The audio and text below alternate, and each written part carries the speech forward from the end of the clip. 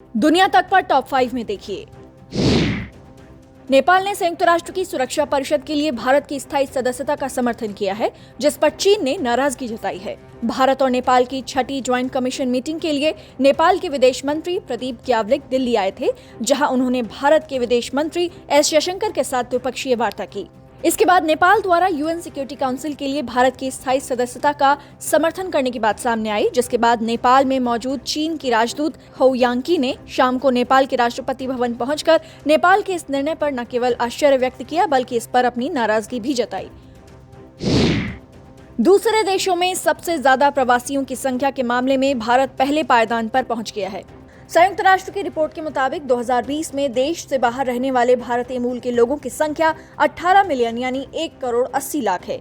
ये प्रवासियों के मामले में सबसे बड़ी संख्या है। भारत के सबसे ज्यादा लोग यूएई, अमेरिका और सऊदी अरब में रहते हैं। श्रीलंका में तमिल समुदाय ने संयुक्त राष्ट्र से मानवाधिकार हनन के मामलों में कार्रवाई करने की अपील की है। श्रीलंका में अल्पसंख्यक तमिल राजनीतिक दलों और सिविल सोसाइटी ग्रुप्स ने मांग की है कि संयुक्त राष्ट्र की मानवाधिकार परिषद को 3 दशकों तक चले गृह युद्ध के दौरान हुए अपराधों की एक अंतर्राष्ट्रीय स्तर पर स्वतंत्र जांच करनी चाहिए, जो सीरिया के मामले की तरह 1 साल के समय के भीतर पूरी हो। यूरोपियन ताकतें ईरान की नई परमाणु योजनाओं को थामने की पूरी कोशिश कर रही हैं। जर्मनी, फ्रांस और ब्रिटेन मिलकर ईरान को 2015 में हुई न्यूक्लियर डील के वायलेशन से रोकने के प्रयास कर रहे हैं। इन यूरोपीय देशों का कहना है कि ईरान के सिविल परमाणु कार्यक्रम पर भरोसा नहीं किया जा सकता।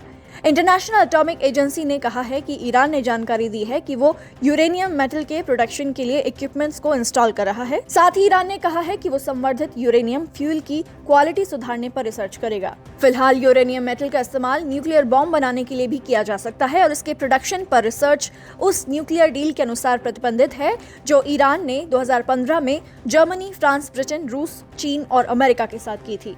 साल 2018 में अमेरिका के इस डील से बाहर होने के बाद दूसरे देश इस डील को बचाए हुए हैं, लेकिन ईरान अमेरिका पर दबाव डालने के लिए वायलेशंस कर रहा है। कोरोना से एक तरफ 9 करोड़ 49 लाख से ज्यादा लोग संक्रमित हैं और मरने वालों की संख्या 20 लाख को पार कर चुकी है, तो वहीं दूसरी तरफ भारत समेत दुनिया के कई देशों में वैक्सीनेशन की शुरुआत हो गई है। भारत में स्वास्थ्य मंत्रालय ने बताया कि टीकाकरण के पहले दिन कुल 1,91,000 से ज्यादा लोगों को कोरोना की वैक्सीन लगाई गई। स्वास्थ्य मंत्रालय ने बताया कि वैक्सीनेशन के लिए 3,351 सेंटर बनाए गए थे।